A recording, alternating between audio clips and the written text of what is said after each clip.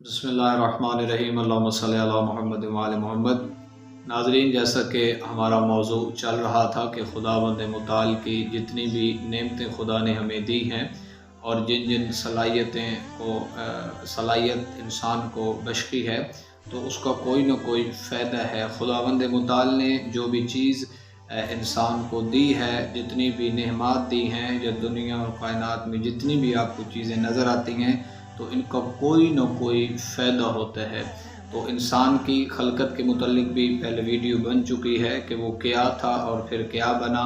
تو انسان کو اپنی اصلیت بھی نہیں بھولنی چاہیے، اور انسان کے بدن کے جتنے بھی اعضاء ہیں تو خدا نے کسی ایک کو بھی بیکار نہیں بنایا کہ جو انسان کو تکلیف دے، لیکن جتنے بھی ہیں تمام خدا نے انسان کی فائدے کے لیے خلق کیے ہیں۔ آپ انسان کے جسم کے اعضاء دیکھ لیں خدا نے کس انداز سے بنائے ہیں، اور انسان ایک چلتا پھرتا عجائب گھر ہے۔ خدا نے ایک بہت بڑا کارخانہ بنایا اور ہر اعضاء ایک کارخانے کی طرح کام کر رہے ہیں۔ خدا کی نعمتوں سے اگر دیکھا جائے تو انسان سب سے پہلے دیکھے تو ناخن کو لیجئے۔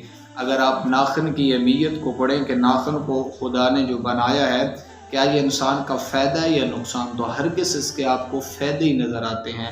یہ جو انسان کے ناخن ہوتے ہیں یہ بظاہر تو ہمیں نظر آتے ہیں کہ یہ بڑھ جاتے ہیں، بار بار ہمیں انہیں کاٹنا پڑتا ہے، لیکن یہ بے مقصد نہیں ہوتے۔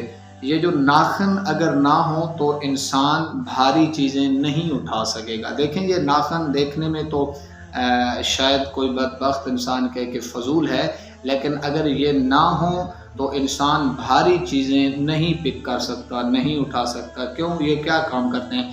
ناخنوں کی وجہ سے انگلیوں کی جو ہڈیاں ہوتی ہیں ان کو سہارا ملتا ہے، یہ ان کے پلرز ہوتے ہیں، یہ ان کو سہارا دیتے ہیں۔ انسان جتنی بھی بھاری چیز ہو اس کو اٹھانے میں آسانی پیدا ہو جاتی ہے، کیونکہ انگلیوں کو ناخنوں کا جو ہے وہ سہارا ملتا ہے۔ آپ ایسے آدمی سے پوچھیں کہ جن کے ناخن اکھڑ چکے ہوں، جن کے ناخن نہیں ہیں، کام نہیں کرتے، بالکل اس کے نکل چکے ہیں، تو وہ آپ کو بتائے گا کہ بھاری چیز میں بالکل نہیں اٹھا سکتا، کیونکہ جو انگلیوں کی ہڈیاں ان کو سہارا دینے والی چیز ہی نہیں ہے۔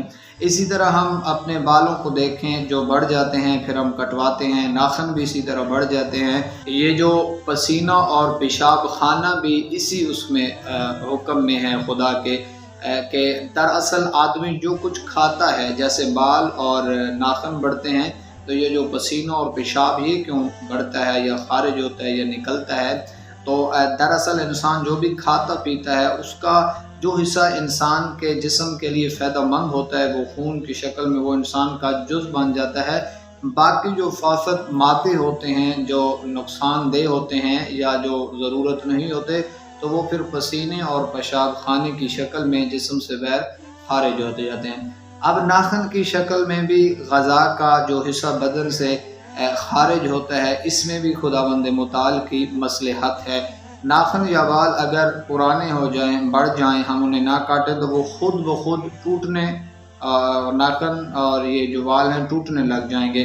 لیکن اگر اندر سے یہ ابھرتے رہیں اور باہر سے ہم ان کی کیئر کرتے رہیں، ہم انہیں کاٹتے رہیں، تو ان کی تازگی اس حد تک برقرار رہے گی کہ وہ انسان کی ضرورت کے عین مطابق بنتا رہے گا اور خوبصورتی بھی باقی رہے گی۔ تو خداوند متعال ہم سب کو اپنی حفظ و امان میں رکھے۔